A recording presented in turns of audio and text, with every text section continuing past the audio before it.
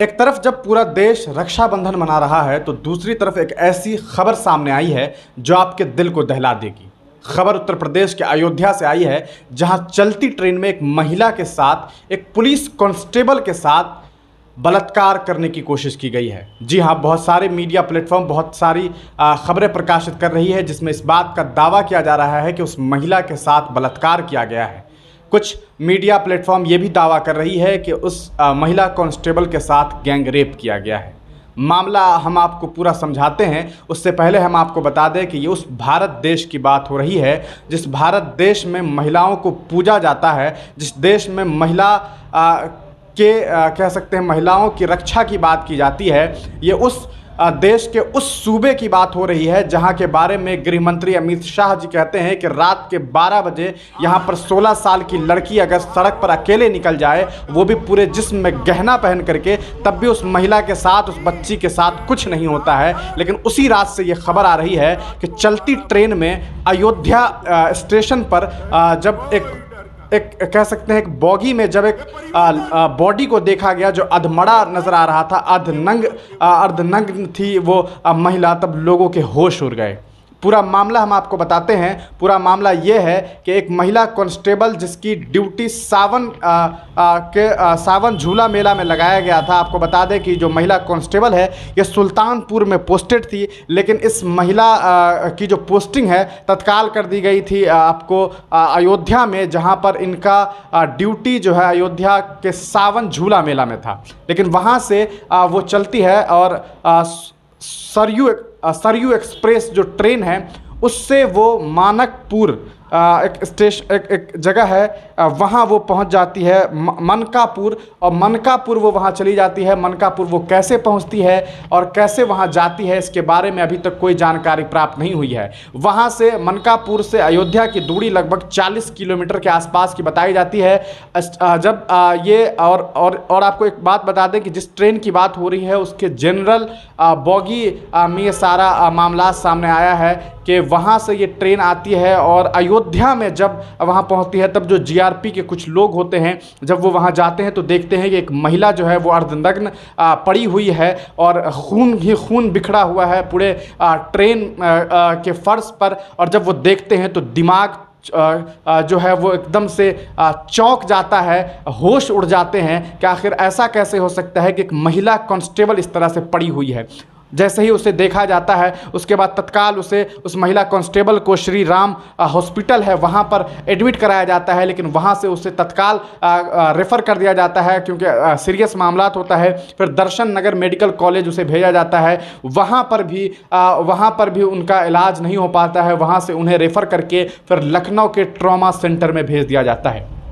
आपको बता दें कि अयोध्या में इनकी ड्यूटी थी। एक तरफ पूरा देश जो है वो रक्षाबंधन मनाने की तैयारी कर रहा था। पूरे देश में भाई जो है वो बहनों की हिफाजत की बात कर रहा था, तो कहीं पर कोई भाई था जो किसी की बहन की अजमत के साथ, इज्जत के साथ खिलवाड़ कर रहा था। उसे मारने की कोशिश की जा रही थी, उसे अधमरा कर दिया गया था। आप सोचने वाली बात यह है कि ये उस देश की बात हो रही है जहाँ पर बेटियों की इज्जत की बात की जाती है, जहाँ पर सिर्फ और सिर्फ आपको बता दें कि अगर एक आस्था की बात की जाए तो न जाने कितनी महिलाएं ऐसी हैं जिन्हें पूजा जाता है, जिनकी जो सुबह शाम आरती की जाती है, उसी देश की बेटी के साथ इस तरह से खिलवाड़ किया गया है। आप सोच करके अंदाज़ा लगा सकते हैं कि ये उस राज्य की बात है जहां पर राम राज्य की बात होती है। ये उस राज्य की बात है जहां के बारे में खुद भारत देश के गृह मंत्री जाकर के ये कहते हैं कि यहां पर 16 साल की बच्ची भी अगर सड़क पर अकेले चली जाती है तो कोई फर्क नहीं पड़ता है, वो बिल्कुल महफूज होगी, क्योंकि इस देश में, इस राज्य में भारतीय जनता पार्टी की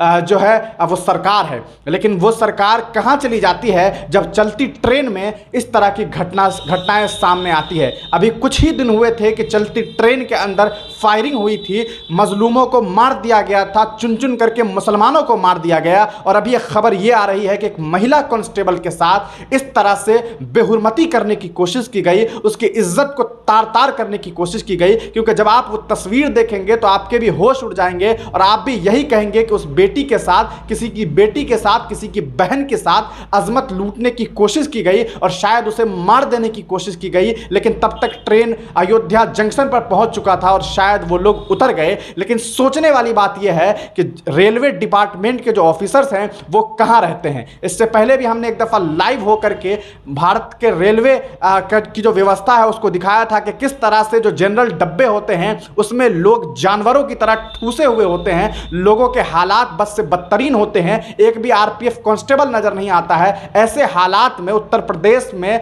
कैसे ऐसा पॉसिबल हुआ कि एक ट्रेन के अंदर, वो भी जनरल डब्बे के अंदर, एक ट्रेन के अंदर बलात्कार करने की कोशिश की गई एक महिला कांस्टेबल के साथ, वो भी, और उसे इस तरह से कह सकते हैं उसके साथ सलूक किया गया कि अगर आप उसकी तस्वीर देख लेंगे उस महिला कांस्टेबल की तो आपके होश उड़ जाएंगे और शायद आपको नींद नहीं आएगी। लेकिन क्यों नींद नहीं आएगी? ऐसा भी नहीं है कि इस देश में ऐसा पहली बार हुआ है, बल्कि रोज़ कहीं ना कहीं से ऐसी खबरें आती है कि किसी की इज्जत लूट ली गई है।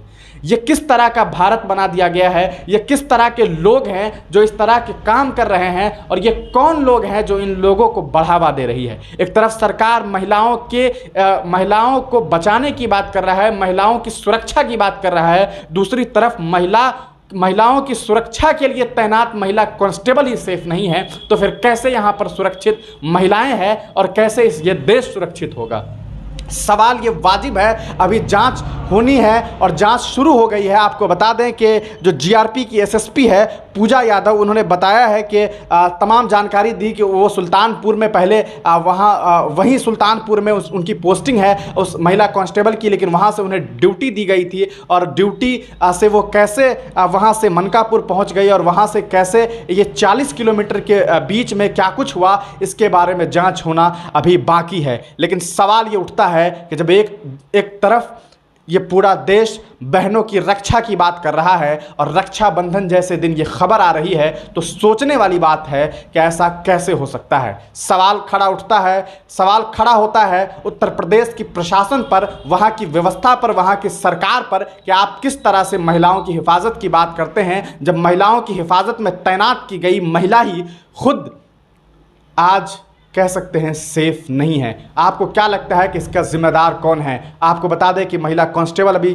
उत्तर प्रदेश के लखनऊ ट्रॉमा सेंटर में एडमिट है और उनकी हालात अभी काफ़ी नाजुक है। जब तक वो होश में नहीं आती है तब तक उनसे पूछताछ नहीं हो पाएगी और उसके बाद ही जांच हो पाएगा। लेकिन सवाल यही है कि 40 किलोमीटर के बीच में ऐसा कैसे हो गया और तमाम जो आरपीएफ के लोग जो तैनात होते हैं ट्रेन में वो कहाँ थे और इसका जिम्मेदार कौन है? वो वीडियो ज़रूर देखिए जो गृह मंत्री ने उत्तर प्रदेश में आकर के कहा था, ताकि आपको भी समझ आ जाए कि उत्तर प्रदेश की जो व्यवस्था है और वहाँ पर जो कह सकते हैं जिस चीज़ का दावा किया जा रहा है उसकी क्या कुछ सच्चाई है।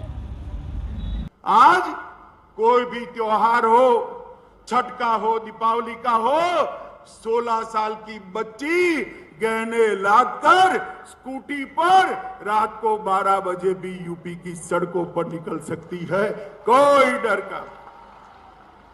ये परिवर्तन केवल और केवल भारतीय जनता पार्टी कर सकती है।